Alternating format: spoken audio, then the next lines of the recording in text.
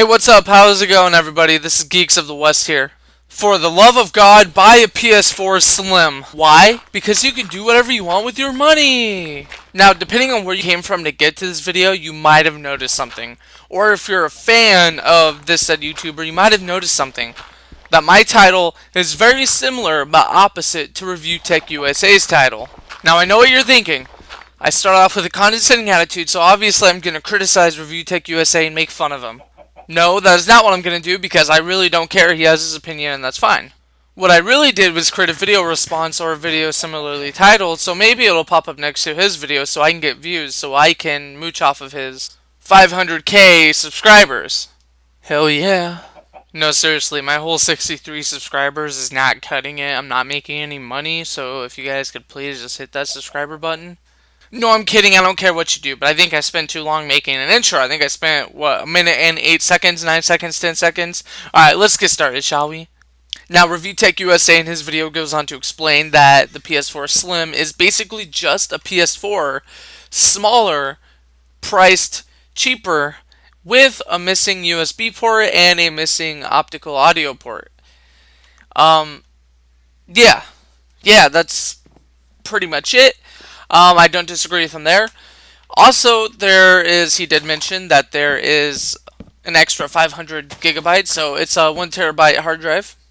Compared to the previous PS4 models, the PS4 Slim has had its internal architecture revamped, reducing its volume by more than 30% compared to the previous models, and reducing its weight by 25% and 16% compared to the first and current models. Respectively, the PS4 Slim is more energy efficient, reducing power consumption by more than 34% and 28% compared to the 1000 and 1200 series models, respectively. Now listen, I understand what Rich is saying in his video, and I agree with him for the most part. But the thing is we have to be honest, and we have to mention every single incentive, whether or not there is an incentive. And the incentive is that it is 30 to 25% lighter, a quarter lighter. Also, it reduces it's energy efficient by 28 to 34% depending on which model you had before or which model you're comparing it to. So we're going to say that's about 30% more efficient energy wise. So it consumes less energy, and with less energy consumption over time it saves you a little bit of money. Not that it's going to break the bank and you're not going to you're not going to be one step closer to buying that Ferrari that you've always wanted to buy.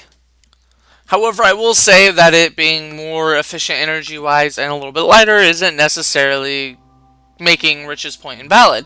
But we also must realize that the PlayStation 4 Slim has 500 more gigabytes. You went from 500 gigabytes to a terabyte, which is a pretty solid upgrade, especially on the PS4. It's like back when you first bought the PS3. Was it 16 to 48 gigabytes or 60 gigabytes depending on which model you bought?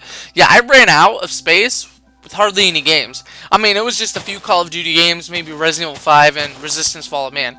You know what I mean? And a couple other games, and I was out of space. That was it. That was it. I had to actually delete Dead Island in order to get more games that I was actually interested in, because Dead Island just wasn't doing it for me, especially when you're not playing co-op. Anyway, this isn't about Dead Island, so let's move on, shall we? When you have a gamer that doesn't understand economics, again, I'm not saying Rich is an idiot. He's successful on YouTube, does his own taxes, blah blah blah. He understands that, which is fine, but just because you're a small business owner doesn't mean you absolutely understand economics. I'm not calling myself the economic guru. And this inflation may not be a lot. Okay, it may not be a lot. But in 2013, when the PlayStation 4 was released, $100 back in 2013 has the same buying power in 2016 today as $103.30. Now, listen, that's not a whole lot, but it adds up, especially when it goes from paycheck to paycheck.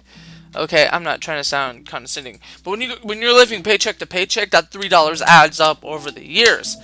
Okay, so a lot of people can't afford to for that extra 100, or it's going to take them forever to get to that extra 100. Trust me, I know.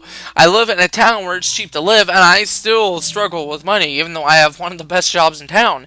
The economy is getting worse, and government is pretty much bending over our economy and butt raping it.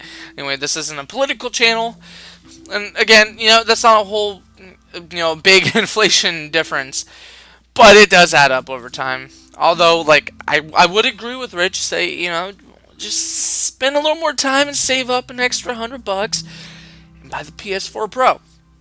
However, I also want to touch on to the point. What incentive has a PlayStation Slim console ever added compared to its predecessor? I will say that with the PS3, the Slim console got rid of the really, really, really annoying fan, and the Super Slim console, they were a little bit faster. I haven't had any problems with mine crashing, and I've had my PS Slim about as long as I had my original PlayStation 3. The PS2 Slim, it lasted longer. It read discs better. I haven't had any overheating problems with it. But that's just really small incentives. There's really no other big incentives except for maybe an additional hard drive space, additional memory. That's essentially what the PlayStation 4 Slim is. The only real incentive, just like every other PS Slim console, is that it's smaller and it's more energy efficient, and there's more memory or hard drive space or hard disk space, whatever you want to, however, whatever term you want to say. Usually, when I think of memory, I think of RAM. Anyway, yeah. So let me just say this one more time so I can get my point across a little bit. Every single PlayStation has never really had an incentive when they came out with their Slim model, other than the size and the fact that they were more energy efficient. Other than that, it's never really been a big deal. There's never really been this, oh my god, I gotta get it. It was just more efficient. And that's a fact.